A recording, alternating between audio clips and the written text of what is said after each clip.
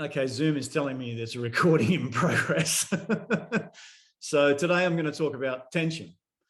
I think sometimes effective training is knowing when to pull the pace out, when to let it come off a few percent, just to allow us to build a little bit of a space around the thing. So there's a little bit more effectiveness in that session. And I think this allows us to relax a little, to release some of the rigidity that we build up when we think about efforts. Now, tension isn't talked a whole lot about in training, is it? You know, in training articles or coaching or, you know, those sorts of things. But if we're tense, you know, we're wasting precious energy.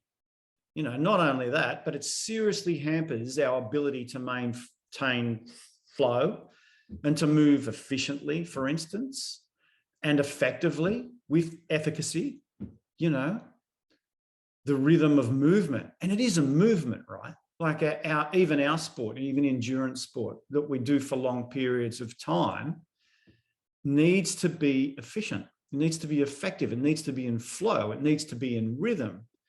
It's still a movement pattern. And movement patterns aren't meant to be ragged and rigid and tense. So the practice then is to check your tension. You know, am I hunching? Am I stiff? Am I breathing into my belly? Is the oxygen falling into my belly? You know, and we don't realize we can let go of this tension and still move fast. The two are not mutually exclusive, right? They don't require each other.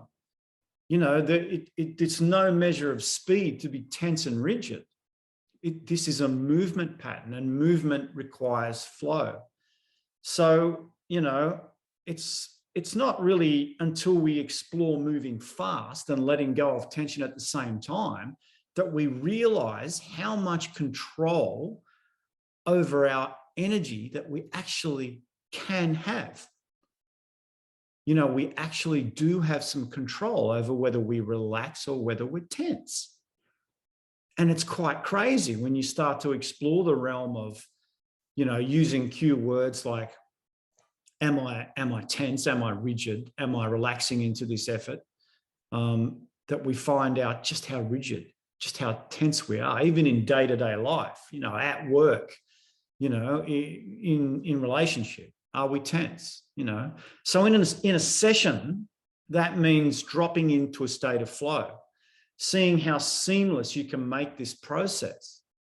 Do you know what I mean? Like, do you feel like you're always tensing against the effort? To check that out, to explore that a little in training, to do effort sets and find out, do I go into a state of tension? And so the effort itself needs to be made conscious. And the letting go of the tension means that physically we allow our body to drop its protection, because that's essentially what happens. You know, as kids, we're taught to not stick our hand on the hot plate because we're going to get burnt. So there's a protection mechanism that's old, that's hardwired, that we still carry. So the only way to really undo that is to become conscious of the fact that that's what's happening, right? Like I get tense, I lose my rhythm, you know.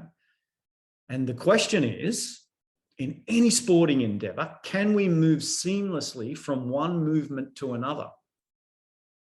And in order to teach ourselves how, we need to learn how to allow rhythm. I mean, look at it this way. Did you ever see a professional dancer that looked rigid, right? That looked tense?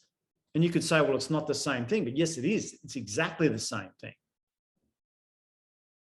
Because if they had tension, if they had rigidity, they'd use all their energy up and they'd be busted before they even started. So we can't move well if we're tense and rigid. And often it's our mental rigidity that ends up being mirrored in this body. That's what happens. We're so up in the head. We're so caught with our rigid thinking and our ideas and our beliefs. The body just mirrors the mind. And that robs us of flow and rhythm. But more importantly, it's robbing us of precious energy.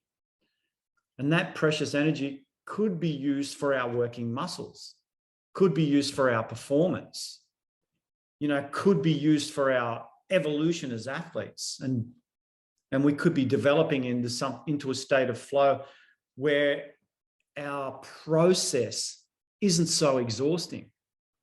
Do you know what I mean? Like, if you think about a session and it's a hard session or it's a track session or whatever, and it's something that really challenges you, there's a mental rigidity there. There's a mental resistance that ends up being mirrored by the body, and we end up being tense as hell. And if you look closely, right, at your best sessions, at your best performances, you'll find a lack of tension. You'll find flow. You'll find rhythm. They're all in there.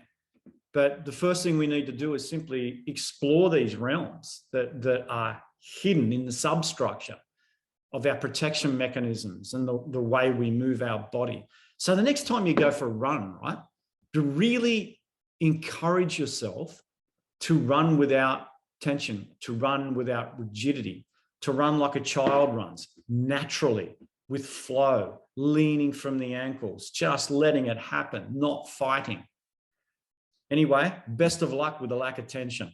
Thanks for listening.